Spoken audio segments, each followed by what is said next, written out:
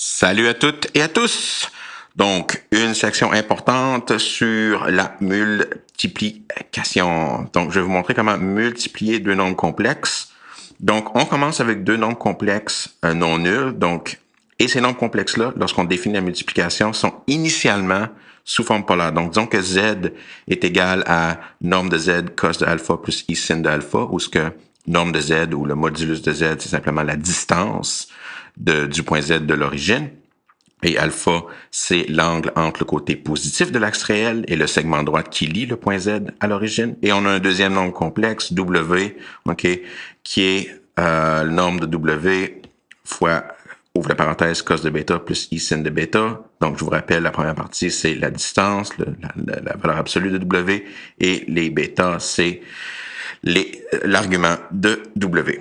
Donc, lorsque vous voulez calculer le produit de Z et de W, donc Z fois W, qu'est-ce qu'on fait? La première chose, c'est qu'on multiplie les arguments. Donc, le module du produit de Z et W, c'est le produit de Z et W. Donc, si on savait, par exemple, que Z est à 2 unités de distance de l'origine et que W est à 3 unités de distance de l'origine, le nombre qu'on cherche va être à 6 unités de l'origine. Puis pour son argument, mais si on a l'argument alpha pour Z et l'argument bêta pour W, mais l'argument de la somme, du produit, c'est la somme des arguments. Donc, on doit additionner les arguments. Donc, c'est peut-être juste pour vraiment le stresser. Là. Donc, pour les modules, qu'est-ce qu'on fait? OK, ben, on fait, boum, OK, on les multiplie. Donc, ça, c'est extrêmement important. Je vais même peut-être le mettre même avec une flèche, là, je me suis Donc, on les multiplie. Donc, vraiment ici, là, la partie en haut. Donc, si je vais avec du mauve. Donc, on multiplie les arguments. Et qu'est-ce qu'on fait avec, les modules? Et on additionne, OK? Donc, les arguments. Donc, on additionne. Voyons, la misère. On additionne les arguments. Pouf! OK, on additionne les arguments. Donc ici, lorsque je regarde les arguments, alpha plus bêta, OK, ils ont été additionnés. OK, donc, puis bien sûr, si un des deux nombres complexes c'est 0, la manière qu'on définit la multiplication, ben, si Z ou W c'est 0, c'est sûr que Z fois W, okay, si un des deux c'est 0, c'est sûr que le produit est 0. Donc, rien de nouveau là, pour multiplication par 0. Donc, qu'est-ce que j'ai fait pour vous? Là, j'ai dessiné, OK, donc, j'ai dessiné deux nombres complexes. Donc, les deux nombres complexes, je les ai dessinés pour vous. Donc, visuellement, là, c'est très important de comprendre, OK, ce que ça veut dire la multiplication visuellement.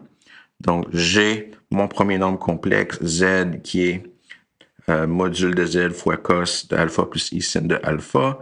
Puis, j'ai mon deuxième nombre complexe, qui est norme de W fois cos de bêta et sin de bêta. Donc, on peut voir visuellement. Donc, visuellement, ici, là, je vois que la norme de Z, voyons, je le mets un petit peu plus gras pour qu'on le voit comme il faut. Donc, la norme de Z, OK, je vous rappelle, c'est simplement la distance entre l'origine et le point Z. La norme de W, c'est la distance entre l'origine et le point W. Donc, c'est juste pour nous aider à visualiser. C'est comme si c'est comme si Z était à 2 unités de distance, puis à W était à 3. C'est juste pour nous aider à comprendre. Donc, le chiffre que je cherche, OK, le nombre complexe que je cherche, lui, va être à 6 unités de l'origine. Mais si je vous demande, ça a l'air de quoi des chiffres qui sont à 6 unités de l'origine? Mais tous les chiffres qui sont à 6 unités de l'origine, mais ça va être des chiffres qui vont être sur un cercle de rayon 6. Donc, c'est pouf, OK, là, le cercle, OK, qui représente tous les points, OK, tous les nombres complexes qui sont à 6 unités de l'origine. Mais bien sûr, je veux pas avoir un gros paquet de réponses, je veux juste une réponse. Puis c'est là que les arguments vont venir déterminer lequel de ces points dans le cercle de rayon 6 est le résultat du produit. Donc ici, on va utiliser les arguments. Donc, l'idée ici, c'est si je regarde mes arguments, donc j'ai que alpha, c'est l'argument de Z, et j'ai que bêta, c'est l'argument de W. Donc, qu'est-ce que je viens faire? C'est que je viens additionner, OK, à bêta la valeur de alpha. Puis, qu'est-ce que ça va me donner? Mais ça va me donner une seul angle possible, donc alpha plus bêta. Donc, si je tourne W par... si je tourne W qui est un angle de bêta par alpha, mais le nombre que je vais obtenir, la ligne que je vais obtenir, c'est la suivante. Donc ici, qu'est-ce que je viens faire? Donc là, la distance de 6 pour mon produit, puis cette droite-là en mauve que je viens de dessiner, mais lorsque je la regarde, qu'est-ce que j'ai simplement fait avec? Mais j'ai rajouté la valeur de alpha. Donc, j'ai rajouté la valeur de alpha. Donc, mon argument pour Z fois W, mais c'est alpha plus bêta. Donc, il y a juste un chiffre. Il y a juste un chiffre sur le cercle ici. Il y a juste un chiffre, un point dans le plan complexe qui est en braquette à 6 unités de distance avec un angle de alpha plus bêta. Donc, bien sûr, la forme polaire du nombre complexe, boum, c'est Z fois W. Donc, Z fois W, c'est modulus de Z fois modulus de W.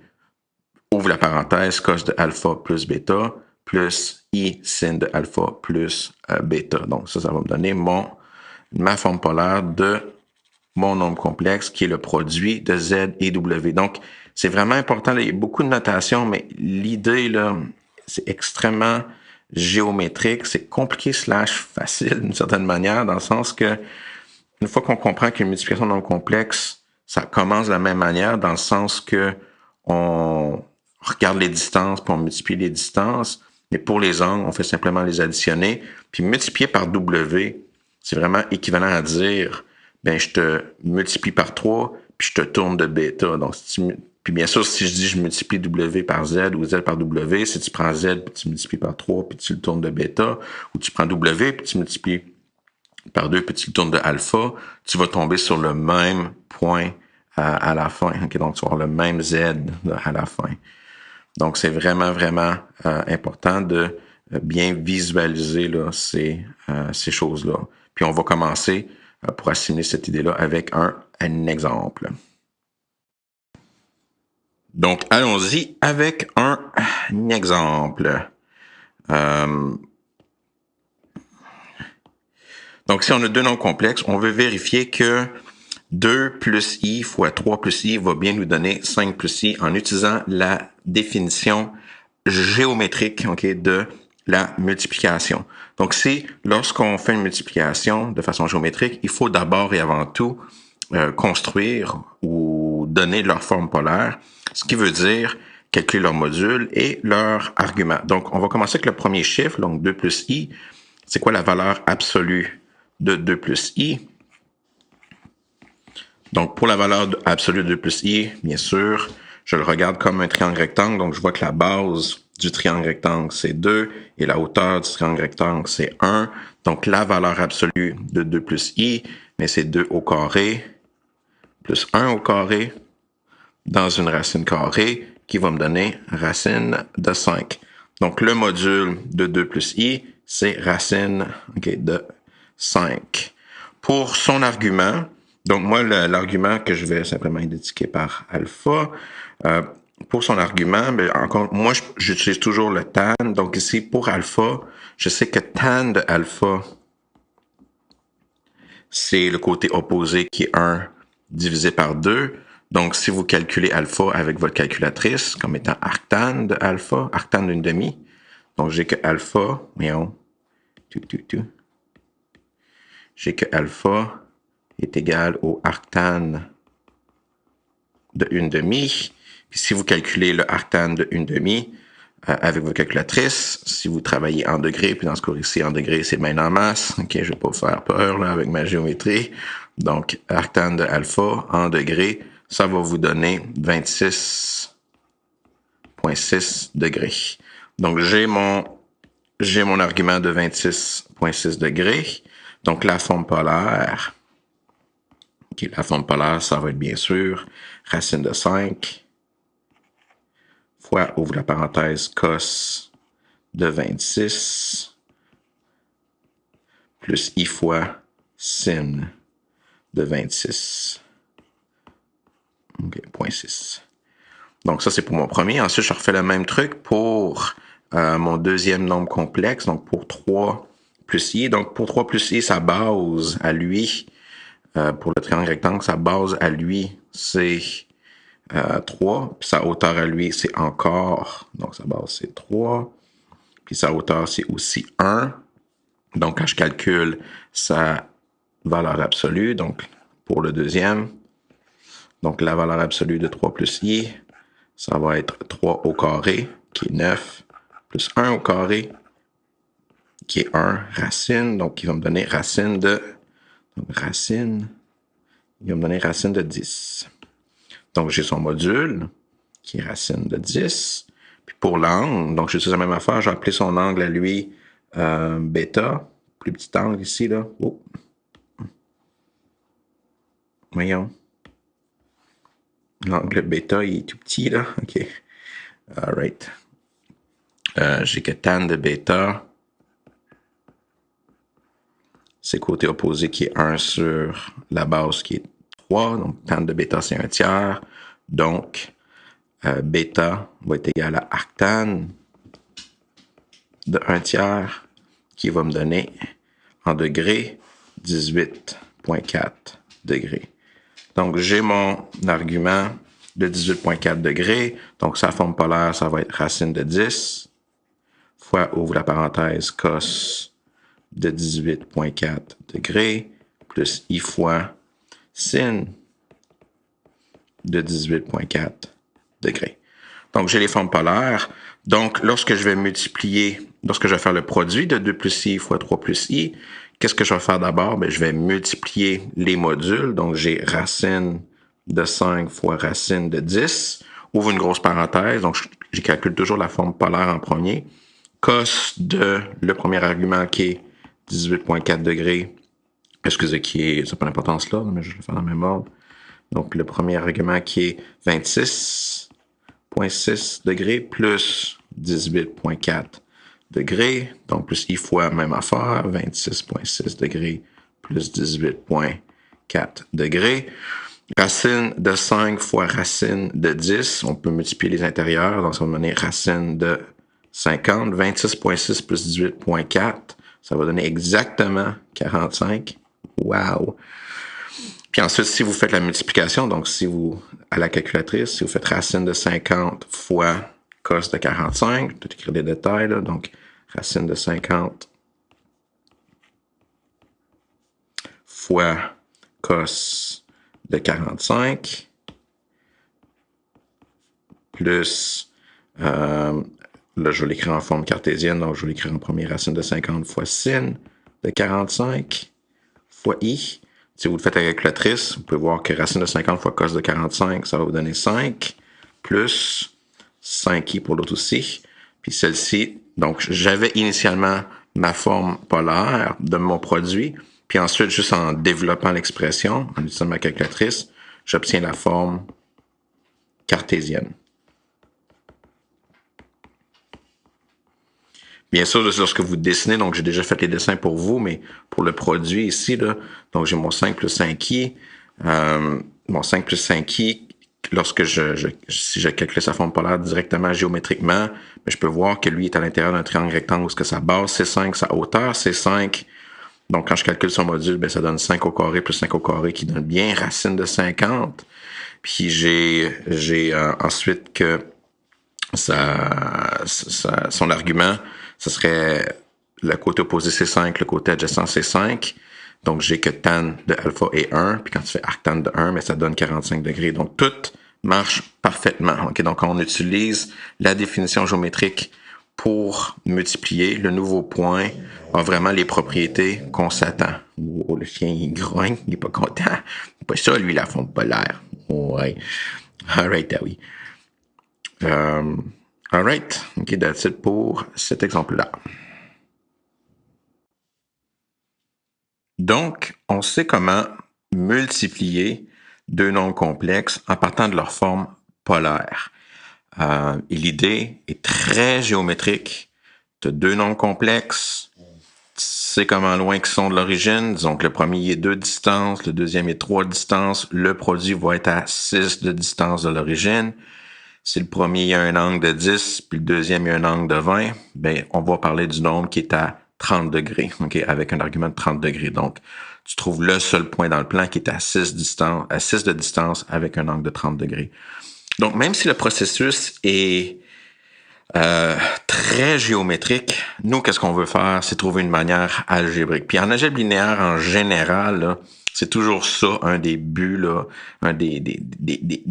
une des choses qu'on veut vraiment enseigner, c'est partir de quelque chose qu'on voit, donc on a une intuition géométrique, puis ensuite construire un truc en parallèle de façon algébrique. Est-ce qu'on peut multiplier de nombres complexes sans être obligé de mesurer les distances et les arguments? Puis la réponse, c'est oui, grâce au prochain théorème. C'est un théorème qui est extrêmement important, OK? Normalement, ce genre de théorème-là, on vous demande de l'écrire dans un test. Donc, le théorème, voilà le prochain théorème. Donc, prouver que I au carré, c'est égal à moins 1. Donc, c'est vraiment une preuve initialement. Donc, souvent, le monde pense que I, c'est un nombre tel que au carré, c'est égal à moins 1. Non. Donc, on va vraiment le prouver. On va calculer que I au carré est égal à moins 1. Donc, qu'est-ce qu'on sait pour I? Donc, la forme polaire, c'est quoi? Mais on sait que notre nombre I, donc notre nombre I, mais lui, il est à une unité. Il est à une unité de distance. Donc, on sait que son module, sa valeur absolue, c'est 1.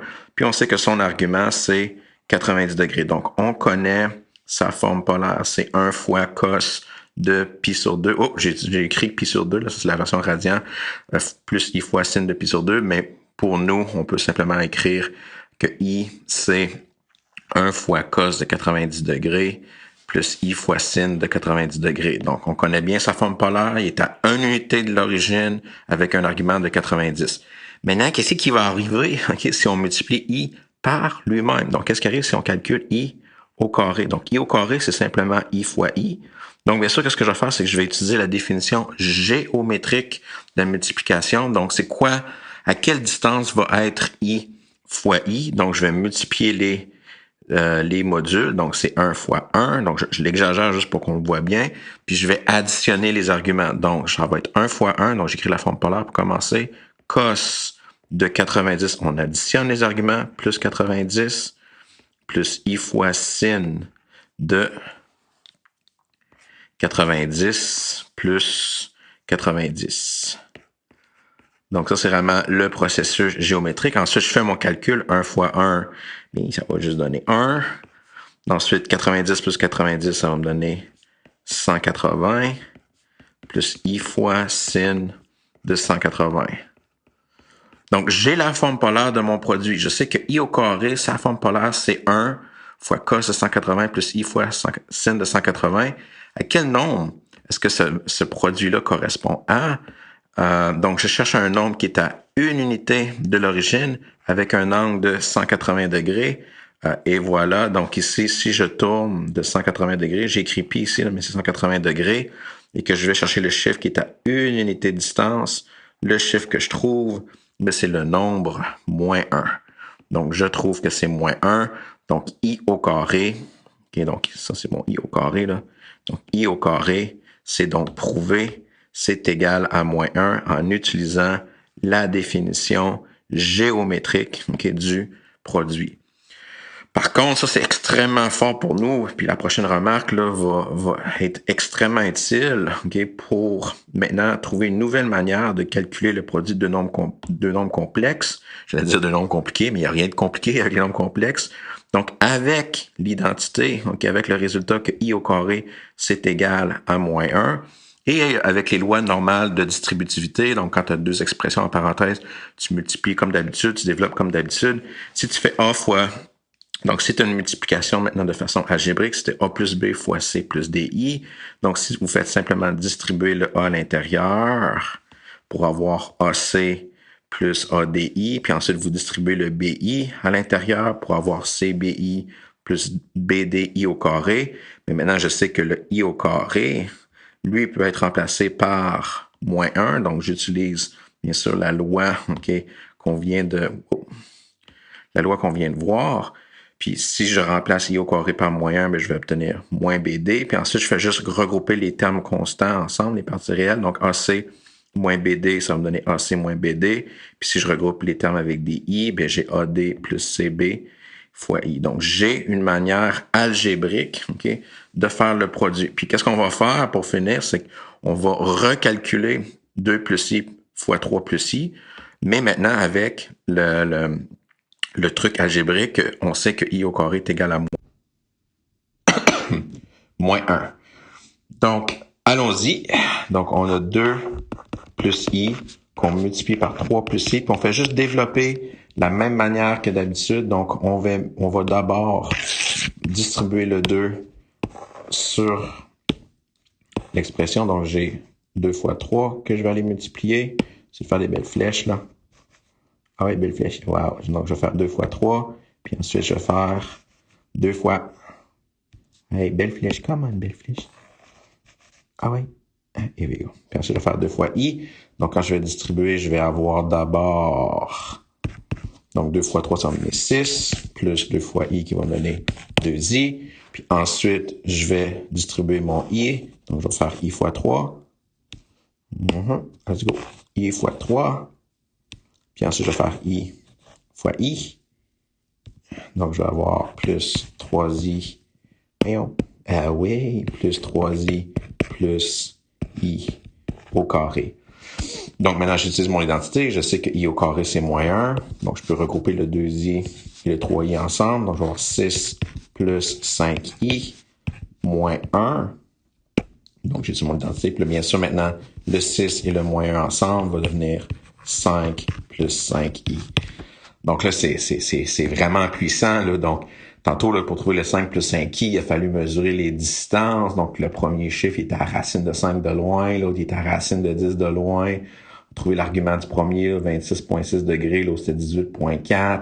On a multiplié les distances pour avoir racine de 50. On a additionné les arguments pour avoir 45.